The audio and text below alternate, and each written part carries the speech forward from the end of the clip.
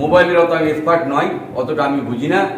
আমি হঠাৎ করে পরশুদিন আমার নজরে আসে যে কী লিখছে দেখি, কেন বিভিন্ন মানুষ লিখে পরশুদিন দেখছি বম মেরে দেবো বলছে, অশ্লীল গালাগালি, হুমকি দেখাচ্ছে।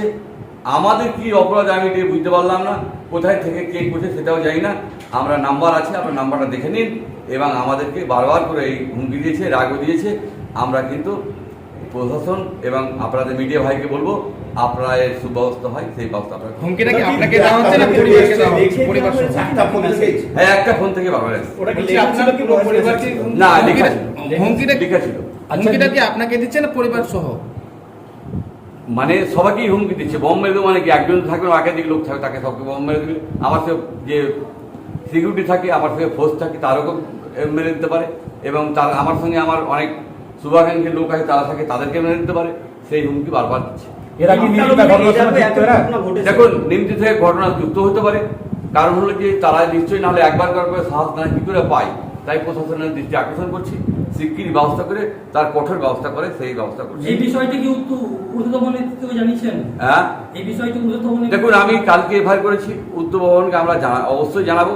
কারণ ইলেকশন চলছে, আপনাদের প্রেস মিডিয়ার মাধ্যমে আমি জানাচ্ছি, দিদির কাছে অনুরোধ, উনি আমাদের বাংলার মা, বাংলার জন্য সব প্রতিটা মানুষকে রক্ষা করার জন্য উনি আছেন।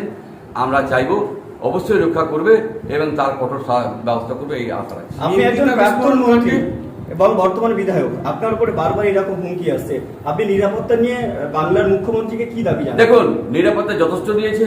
কেউ খারাপ লোক আছে, খারাপ লোকের তার ব্যবস্থা করবে। আমরা চাই বাংলা শান্ত হয়ে চলার চেষ্টা করি। আপনারা জানেন, আমার এখানে আসলে যে একজন গরিব মানুষ আছে, তবু তাদের সঙ্গে ভালো ব্যবহার করি, মা বলে ভাই বলে কথা বলি, এবং কেউ বলতে পারবে না করছে খারাপ আমি ব্যবহার আচরণ করি। কারণ আমার এটা শখ, বা এটা আমি জনসেবা করতে এসেছি, তাই জনসেবার মতো করি। কেউ বলতে পারবেন না যে আমি কোনো লোকের সঙ্গে খারাপ ব্যবহার করেছি এবং খারাপ ব্যবহার এই দমানোর চেষ্টা করছে, মাননীয় মুখ্যমন্ত্রীকে দমানোর চেষ্টা করছে, তার দলকে দমানোর চেষ্টা করছে, বিভিন্ন রকম হুমকি। তাই বিভিন্ন মানুষ বিভিন্নভাবে হুমকি দেওয়ার চেষ্টা করছে। বললাম যে কিছু দালাল আছে যে বলে ফ্যাক্টরি রেড করে দেবো, ফলস কেস করে দেবো, এগুলোও করছে। আমাদেরকে বিভিন্ন রকম মেন্টাল সূত্র অনুযায়ী এই যে যেটা এসছে সেটা ঝাড়খণ্ড এলাকা থেকেই আসছে বলে মনে করা হচ্ছে। এই ব্যাপারটা দেখুন, কোথাকার আছে প্রশাসন বুঝবে, যে ঝাড়খণ্ডেরই হোক, বাংলাদেশেরই হোক, এবং অন্য রাজ্যের হোক, দুষ্কৃতির কোনো ইয়ে নেই, দুষ্কৃতির সাজা হওয়া উচিত। আমি মনে করি আপনারা মিডিয়া ভাইরা আছেন, আপনাদেরকে অনুরোধ যে আপনারা ভালো করে দেখুন আর দুষ্কৃতিতে দমন হয়েছে অবস্থা। তাদের উদ্দেশ্যটা কি? উদ্দেশ্য কি সেটা জানি না। মাননীয় মুখ্যমন্ত্রী দল করি, ভালোভাবে করি, এটাই মানুষের সহ্য হয় না। আমরা কোনো খারাপ কাজ করি না, আমরা খারাপকে সাপোর্টও করি না। মাননীয় মুখ্যমন্ত্রী যেমন সৎভাবে চলে, আমি সৎভাবে চেষ্টা করছি, কিন্তু মানুষের সৎে সহ্য হয় না। তাই সেগুলো তারা উদ্দেশ্যপূর্ণভাবে এগুলো আমাদের যা ব্যবসা খুশি করতে পারে সেটা আপনার ব্যাপার, কিন্তু হুমকি, এই যে বোম্বের এগুলো বলার মানে এগুলো তো কেউ বলার জায়গা নাই। এত বড় সাহস কি করে হচ্ছে দুষ্কৃতি? সেই দুষ্কৃতিকে দমন করতে হবে, এবং আমাদের প্রশাসন দেখছে, অবশ্যই দমন হয়েছিল। দেখেন, আমি অ্যাকচুয়ালি আপনারা জানেন 2021 সালের 17 ফেব্রুয়ারি আমাকে স্টেশনে বম লাগে এবং আমার সঙ্গে 27 জন ইনজুরি হয়। তাদের আজ পর্যন্ত বিচার হয়নি, এবং আমাকে আমার হোয়াটসঅ্যাপে মেসেজ দিয়ে বিভিন্ন রকম গালাগালি এবং বম মেরে দেবো সেই আমাকে হুমকি দিয়েছে।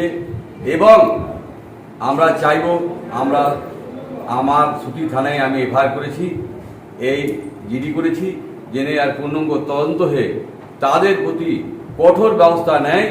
আমি মাননীয় মুখ্যমন্ত্রীর দল করি, সেই কারণে আমাদেরকে এই হ্যারাস করার চেষ্টা করছে, এবং কিছু দালাল আছে বিভিন্ন রকমভাবে হুমকি দিচ্ছে যে রেড করিয়ে দেব, ফলস কেস করিয়ে দেব। আমরা কিন্তু এই বিচারিতার ভিতরে আছি, কেন মাননীয় মুখ্যমন্ত্রীর দল করি বলে আমাদেরকে এই বমের হুমকি দিচ্ছে এবং অশ্লীল গালাগালি এবং যে কোনো প্রাণে মেরে দেওয়ার ভয় করছে। কেন আপনারা জানেন, আমার 1 মাস পরে আবার অপারেশন হবে, আমি কম্বাটুর যাব। কারণ হলো যে আমার পুজ পড়ছে, এখনো পা নিয়ে হাঁটতে পারি না, এখনো আমার ঘা শুকায়নি। আবার আমাকে এই হুমকির সুরে বলেছে, হুমকি দিচ্ছে আমার হোয়াটসঅ্যাপে একদিন না একাধিক। কারণ হলো দেখুন, আমরা অত হোয়াটসঅ্যাপ দেখার টাইম পাই না, বেশ কিছুদিন ধরে দিচ্ছে। আমি দুদিন আগে লক্ষ্য করে দেখলাম যে আমাকে প্রচুর গালাগালি এবং হুমকির সুরে আমাকে দিচ্ছে। আমি প্রশাসনকে বলেছি যেন কঠোর তার ব্যবস্থা করা হয় এবং কঠোর ব্যবস্থা নিয়ে যেন মাননীয় মুখ্যমন্ত্রীর যে তার বদনাম করার চেষ্টা করছে এবং মাননীয় মুখ্যমন্ত্রীর যে আমরা দল করি সেই কারণে আমরাকে এই ফাঁসানোর চেষ্টা করছে এবং এই হুমকি দেওয়ার চেষ্টা করছে। আমরা চাইব প্রশাসন যেন তাদের কঠোর ব্যবস্থা নেয় এবং কিছু দালাল আমি বলেছি যে আমাদেরকে বিভিন্ন রকম ডেট করিয়ে দেবো, ফলস কেস করিয়ে দেবো, এইগুলো বলছে। আমরা এই নিয়ে বিতৃষ্ণিত আছি। মানুষ এর ভালো কাজ করি, এই মানুষ সহ্য করতে পারছে না, তাই এগুলো মানুষ প্রতিঘাত করে মানুষকে ভয় দেখিয়ে আমাকে বিভিন্ন রকম হ্যারাস করা, মেনটেন হ্যারাস করতে। কোথাকার কেউ করছে বলে দেখুন, এটা আমার কাছে জানা নেই, প্রশাসনকে বলেছি, সেগুলো আমরা সমস্ত লিঙ্ক দিয়ে পাঠিয়েছি।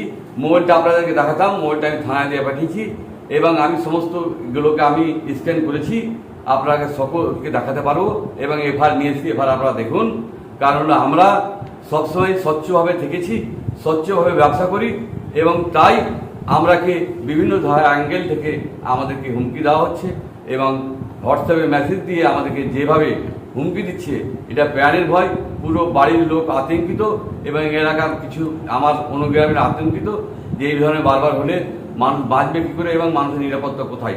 তাই আমরা প্রশাসনকে বলেছি তার কঠোর ব্যবস্থা যেন হয় এবং এই ব্যবস্থা আপনারা জানেন যে এখন আমি শুকাইনি, আবার আমি বলছি যে আমি আবার অপারেশনে যাব, কারণ আমার পুজ করছি এবং হাঁটতেও পারছি না। আমি আপনারা দেখেন যে আমি পা এক পায়ে চলতে পারি না এবং সেই কারণে আমি নিজে আতঙ্কিত আছি। আবার সেই ধরনের আতঙ্ক ছড়ার চেষ্টা করছে এবং বিভিন্ন রকম ভয় দেখার চেষ্টা করছে। আমরা এক সুব্যবস্থা চাই। মাননীয় মুখ্যমন্ত্রীকে অনুরোধ যে তার প্রশাসন গোটাটাই জেনে দেখে তার কঠোর ব্যবস্থা করে। কতদিন থেকে আপনাকে হুমকি দিচ্ছে? দেখুন, আমি